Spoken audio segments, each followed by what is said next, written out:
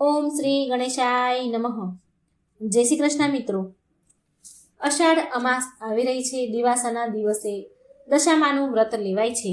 તો આજે આપણે સાંભળીએ દશામાની નળ દમયંતીની કથા.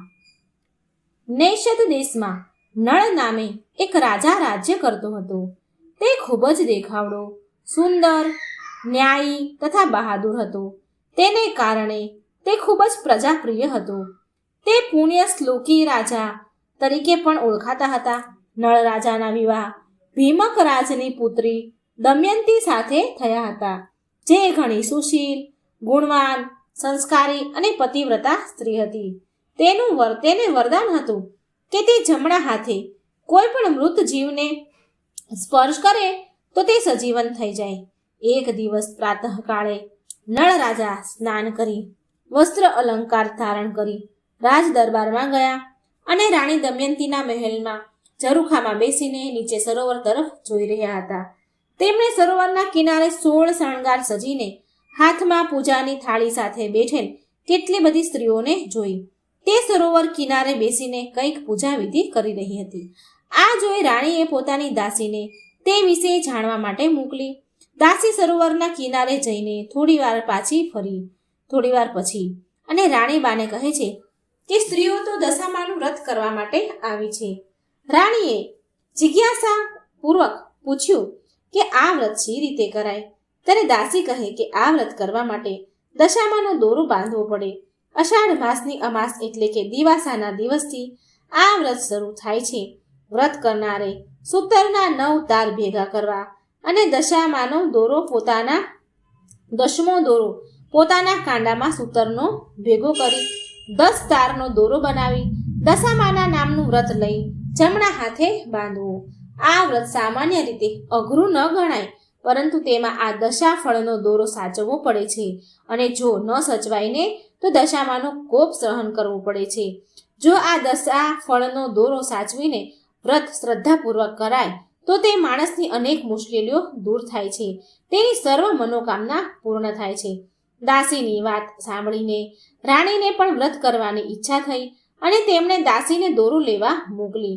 દાસીએ તે સ્ત્રીઓ પાસે જઈ દોરો લાવીને રાણીબાને આપ્યો. રાણીએ આ 9 તારના દોરામાં પોતાના વસ્ત્રનો દસમો તાર નાખી ધૂપ દીપ વડે દોરાનું પૂજન કરીને જમણા હાથે બાંધી દીધો અને દશામાનું વ્રત લીધું. સાંજના સમયે નળ રાજા ઘેર આવ્યા ત્યારે તેમણે દમયંતીના જમણા હાથ પર દોરો બાંધેલો દીઠો. તે દોરાને જોઈને નળ રાજાએ તે વિશે પૂછ્યું. ત્યારે રાણી દમયંતી તો હર્ષાવેશમાં આવીને નળ રાજાને પોતે કરેલા દશામાના વ્રતની વાત કરી અને આ વ્રત કરવાથી શી સિદ્ધિ પ્રાપ્ત થાય છે તે વિશે પણ જણાવ્યું. નળ રાજા આ સાંભળી ગર્વથી કહેવા લાગ્યા, હે રાણી, આપણી પાસે તો અખૂટ ધન સંપત્તિ અને રાજવૈભવ છે. આપણે વળી શેની ખોટ છે કે જેથી તું આવા દોરા ધાગા બાંધે છે? આમ કહી નળ રાજાએ દોરો તોડીને અગ્નિમાં નાખી દીધો. દશાફળના આ દોરાના અપમાનથી દશામાં નળ રાજા ઉપર ક્રોધિત થયા. ધીરે ધીરે નૈષદ દેશની સમૃદ્ધિ ઓસરવા લાગી. ખજાનો ખાલી થઈ ગયો, દુકાળ પડ્યો અને લોકો ખૂબ જ દુઃખી થઈ ગયા. કલીએ નળ રાજાનું રાજપાટ જીતી લીધું. રાજા રાણીને દેશવટ્ટો આપી દીધો. તેથી બંને જણા ખૂબ જ ગમગીન બની ગયા. રાજા રાણી ઉપર દશામાનો કોપ થતાં જ તેમની ભીખ માંગવાનો વારો આવીને ઊભો રહ્યો. રાજા રાણી બંને પગે ચાલતા નીકળી પડ્યા. ચાલતા ચાલતા નળ રાજાની બહેનનો દેશ આવ્યો, પરંતુ દશામાના કોપને કારણે બહેને ભાઈ ભાભીને જાકારો આપ્યો, જાણે કે તેને ઓળખતી જ ન હોય. તેને ભીખ માંગનારને આપીએ તેમ એક માટીના વાસણમાં ખીચડો ખાવા મોકલ્યું. આ જોઈને નળ રાજા ખૂબ જ ક્રોધિત થઈ ગયા. તેમણે ખીચડીનું વાસણ નગર બહાર ખાડો ખોદી દાટી દીધું અને ત્યાંથી બંને ચાલવા લાગ્યા. આમ ચાલતા ચાલતા તેઓ કનકાવતી નગરીમાં પાદરે આવ્યા. ત્યાં તેમણે મોતીસર નામનું સરોવર દીઠું. રાજા રાણીને ખૂબ જ ભૂખ લાગી હતી, તેથી નળ રાજા સરોવરમાંથી માછલા પકડીને કાંઠે બેઠેલ દમયંતીને આપીને પોતે નગરમાં રોટલા અને ખીચડી લેવા માટે નીકળી પડ્યા. કાંઠે બેઠેલ દમયંતીએ માછલા ડાબા હાથથી પકડી રાખ્યા, કારણ કે તેના જમણા હાથનો જો તે સ્પર્શ કરે તો કોઈ પણ જીવ સજીવન થઈ જાય. કનકાવતી નગર શેઠ ખૂબ જ દયાળુ હતો. તે ગરીબો તથા ભિખારીઓને ભોજન કરાવતા. નળ રાજા તેમની પાસે જઈને પોતાના દુઃખની વાત કરે છે. આ સાંભળી શેઠ એક મોટું વાસણ ભરીને રાંધેલા ચોખા આપ્યા. રાજા આ ચોખાનું પાત્ર લઈને સરોવર તરફ આવતા હતા ત્યાં રસ્તામાં એક સમડીએ ઝાપટ મારીને પાત્ર લઈને ઉડી ગઈ. આથી રાજા ખૂબ જ દુઃખી થઈ ગયા અને તેમને હતાશથી ઊંચે નજર કરી ત્યાં રાંધેલા ભાતનો એક દાણો તેના મોં પર પડ્યો અને તેની મૂછ પર ચોંટી ગયો. રાજા નિરાશ થઈ ખાલી હાથે પાછા આવ્યા અને દમયંતી પાસે માછલા માંગવા લાગ્યા, પરંતુ અજાણતા ડાબા હાથને જમણા હાથનો સ્પર્શ થતા જ માછલા સજીવન થઈને પાછા સરોવરમાં પડી ગયા હતા. બીજી બાજુ નળ રાજાના મૂછ પર ચોટેલો ભાત પરથી રાણીને પણ તેની ઉપર થોડો ઘણો વહેમ આવવા લાગ્યો કે જરૂર નળ રાજા પોતે એકલા જ જમીને આવ્યા હશે, અને નળ રાજાને થયું કે રાણી મને એકલા મૂકીને માછલા ખાઈ ગયા. આમ તેમણે ગુસ્સામાં રાણીને કહ્યું, હવે તું મારી રાણી નથી, તું ખૂબ સ્વાર્થી છે. પણ રાણીએ ખૂબ જ સમજાવ્યું છતાં રાજાએ માન્યું નહીં. રાજાની સમજમાં એ ન આવ્યું કે આ બધું જે બની રહ્યું છે તે દશામાના કોપના કારણે થયું છે. આમ બંને રાત્રે ભૂખ્યા પેટે સૂઈ ગયા.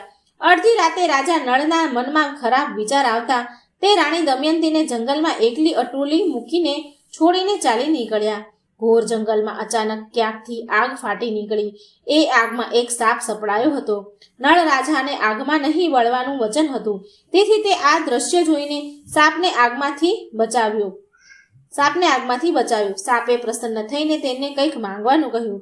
ત્યારે નળ રાજાએ સાપની કાળાશ માંગી લીધી અને પોતાનું રૂપ સાપને આપી દીધું. સાપે કહ્યું કે હે રાજા, જ્યારે તારે તારું રૂપ પાછું જોઈતું હોય ત્યારે મને યાદ કરજે, હું આવીને તને ફરીથી સુંદર બનાવી દઈશ. ત્યાંથી આગળ જતા નળ ઋતુપૂર્ણ રાજાના રાજમાં આવી પહોંચ્યા. નળ રાજાને અશ્વમંત્રનું જ્ઞાન હતું, તેથી તે રાજાને ઘોડાની નોકરીમાં લાગી ગયા. ઘોડાની ચાકરી કરવામાં એને નોકરી મળી ગઈ. તેમની પાસે એવી વિદ્યા હતી કે તે ગમે તેવા ટાયડા ઘોડાને ગમે તેવો ઘોડો હોય તો જોરાવર કરી શકે અને માંદલા ઘોડાના કાનમાં મંત્ર ફૂંકીને પવન વેગે બનાવી શકી એવી એની પાસે મંત્ર હતો. વળી તેના હાથમાં અગ્નિ વિદ્યા હતી કે હથેળી ઉપર મૂકીને આગ વગર તે ગમે તે રસોઈ પકાવી શકે. બીજી બાજુ દમયંતીએ સવારે ઉઠીને જોયું તો નળ રાજા ક્યાંય ન મળ્યા. આથી તે ખૂબ હૈયાફાટ રુદન કરવા લાગી અને નળ ઓ નળ એમ બૂમો પાડતી સતી રાણી દમયંતી દોડતી એક નગર પાસે આવી. એ નગર તો તેનું પિયર હતું. મહેલની એક દાસીને દમયંતીએ જોઈ પણ તે ઓળખી શકી નહીં. તેના માતા પિતા પણ દમયંતીને ઓળખી શક્યા નહીં. તે મા બાપને ઘેર જ પોતે દાસી તરીકે નોકરી કરવા રહી ગઈ. તે ઘરનું નાનું મોટું કામકાજ કરવા લાગી, ઉપરાંત પોતાની માતાની સારવાર પણ કરવા લાગી, પરંતુ તેને કોઈ ઓળખી શક્યું નહીં. દમયંતીએ પણ દશાના કારણે ઓળખાણ આપી નહીં. આ પ્રમાણે સેવા ચાકરી કરતા દમયંતીને પિયરમાં 1 વર્ષ વીતી ગયું. એવામાં દિવાસાનો દિવસ આવ્યો એટલે દમયંતીએ દશાફળનો દોરો લઈને દશામાનું વ્રત લીધું. એક દિવસ તેની માતા એટલે કે રાજા રાણી સ્નાન કરવા બેઠા એ વખતે તેમણે પોતાનો 9 લોખો હાર દમયંતીને સાચવવા માટે આપ્યો. દમયંતી હાર ટોડલે ભરાવી પાણી લેવા ગઈ. એ પાણી લઈ પાછી આવી એટલામાં ટોડલેથી હાર અદ્રશ્ય થઈ ગયો. આથી દાસી રૂપે રહેલી દમયંતી પર ચોરીનો આરોપ આવ્યો. તેમની માતા જે રાજરાણી હતા તેમણે ખૂબ જ ગુસ્સે થઈને દમયંતીને મારીને કાઢી મૂકી. દમયંતી બિચારી રોતી કકળતી બાજુમાં આવેલા ઘોડારમાં પડી રહી અને પોતાની આવી દુર્દશા દૂર કરવા મા દશામાના જાપ કરવા લાગી.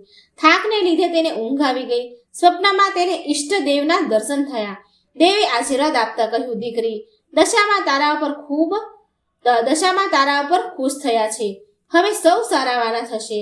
દશામાનું નામ લઈ દશાફળનો દોરો છોડ અને દશામાના દીવા કર. પરંતુ દમયંતીએ કહ્યું, હે પ્રભુ, મારી પાસે નથી ઘી કે નથી કોળિયું, સાના દીવા કરું? પ્રભુ, હું તો ઘોડાની ઘોડારમાં પડી છું. પ્રભુ બોલ્યા, તું ચિંતા કરીશ નહીં. ઘોડાની લાદના દીવા કરજે. સોપારીના બદલે ચણા મૂકજે, ઘીના બદલે ખહલો પૂરજે. હું બાળક થઈને વાર્તા સાંભળીશ. સવાર થતાં દમયંતીએ દેવના આદેશ મુજબ કર્યું. ઈષ્ટદેવે કહ્યા પ્રમાણે બાળ સ્વરૂપ ધારણ કરી વાર્તા પણ સાંભળી. વાર્તા પૂરી થતાં દમયંતીની દશા ફરી. એ દિવસે જ રાજા ભીમક જંગલમાં શિકાર કરવા ગયા. ત્યારે દશામાએ ડોસીનું રૂપ ધારણ કરીને રાજાને કહ્યું કે હે રાજા ભીમક, તારા ઘેર જે નવી દાસી આવી હતી તે તારી દીકરી દમયંતી જ હતી. તેના ઉપર હું રીઝી છું, માટે એને ઘોડાની ઘોડારમાંથી બોલાવી લેજે. જો એને દુઃખ પડશે તો હું તને પાયમાન કરી દઈશ. રાજા ભીમકે મહેલે આવી દમયંતીને બોલાવી સ્નાન કરાવી વસ્ત્રાલંકાર આપીને તેના આગતા સ્વાગત કરી. તેની આવી હાલત વિશે પૂછતા જાણવા મળ્યું કે તેના ઉપર દશામાનો કોપ ઉતર્યો હતો. તેથી જ તેની ઉપર દશા વળી હતી, જે હવે વ્રત કરવાથી તેનું નિવારણ થઈ ગયું છે. આમ દમયંતી પિયરમાં રહેવા લાગી, પરંતુ તેનું મન તો નળ રાજાની જ માળા જપ્યા કરતું હતું. રાજા ભીમક વિચારે કે દમયંતી હંમેશા ઉદાસ રહ્યા કરે છે. નળ રાજાનો પણ ક્યાંય પતો નથી, કદાચ એ મરી પણ ગયા હોય. તેથી હવે દમયંતી તો ફરીથી વિવાહ દમયંતીના કરી દેવા જોઈએ. પોતાના ફરીથી વિવાહની વાત સાંભળીને દમયંતી બોલી કે મારે એક ભવમાં બે ભવ નથી કરવા, મારે તો નળ જ મારો ભરથાર છે, એમને શોધવા માટે મારો સ્વયંવર રચો. દમયંતીના પિતાએ દમયંતીનો સ્વયંવર રચ્યો. દેશ દેશાવરના રાજાઓને આમંત્રણ મોકલ્યું. રાજા ઋતુપર્ણને પણ આમંત્રણ મળ્યું. નળ ત્યાં બાહુક નામે ચાકરી કરતા હતા, તે પણ ઋતુચરણના સાથે સ્વયંવરમાં આવી પહોંચ્યા. રાજા ભીમકે ઢંઢેરો પીટાવ્યો કે નગરમાં કોઈએ અગ્નિ પ્રગટાવો નહીં. ઋતુપર્ણ રાજાને ખૂબ જ ભૂખ લાગી, તેથી બાહુકના વેશમાં આવેલા નળ રાજાએ પોતાના જમણા હાથથી જ અગ્નિ પ્રગટાવીને ખીચડી રાંધી આપી. ભીમકના સૈનિકોએ આ દ્રશ્ય જોયું અને તેમણે રાજાને આ સમાચાર આપ્યા. દમયંતી આ વાત સાંભળી ગઈ અને વિચાર્યું કે બાહુક જ પોતાનો પતિ નળ રાજા છે. બીજા દિવસે હાથણી શણગારમાં આવી દમયંતી સોળે શણગાર સજી ઈચ્છાવર શોધવા નીકળી. હાથણીએ દૂર ઉભેલા નળ પર કળશ ઢોળ્યો. ત્યાંના ઉપસ્થિત રાજાઓ આ જોઈ આશ્ચર્યમાં પડી ગયા, કારણ હાથણીએ જેના પર કળશ ઢોળ્યો હતો એ તો કદરૂપો અને કાળો હતો. હાથણીને ફરી કળશ અપાયો, પરંતુ ફરી એ જ પ્રમાણે બન્યું.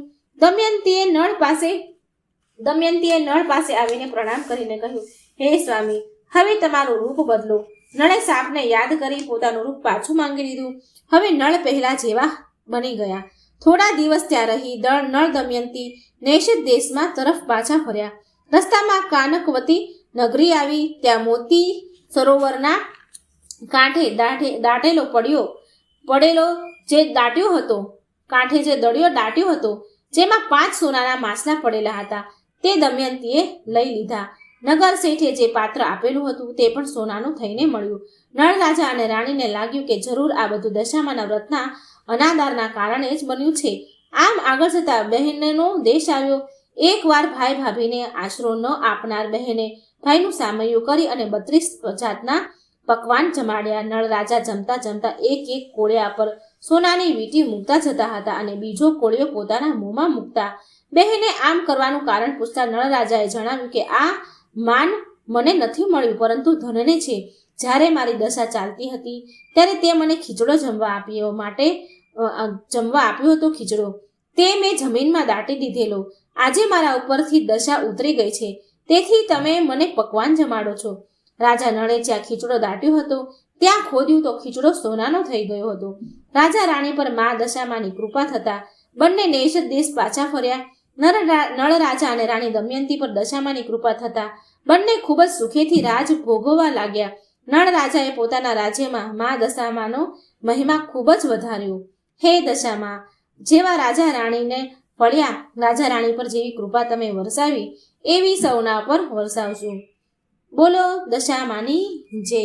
મિત્રો, આ નળ દમયંતીની દશામાની વાર્તા તમને સારી લાગે, ગમી હોય તો વિડીયો લાઈક કરજો, શેર કરજો અને કથાઓ વાર્તાઓ સાંભળવા માટે મારી ચેનલને સબસ્ક્રાઈબ જરૂર કરજો. જય શ્રી કૃષ્ણ. રાધે રાધે. Thank you.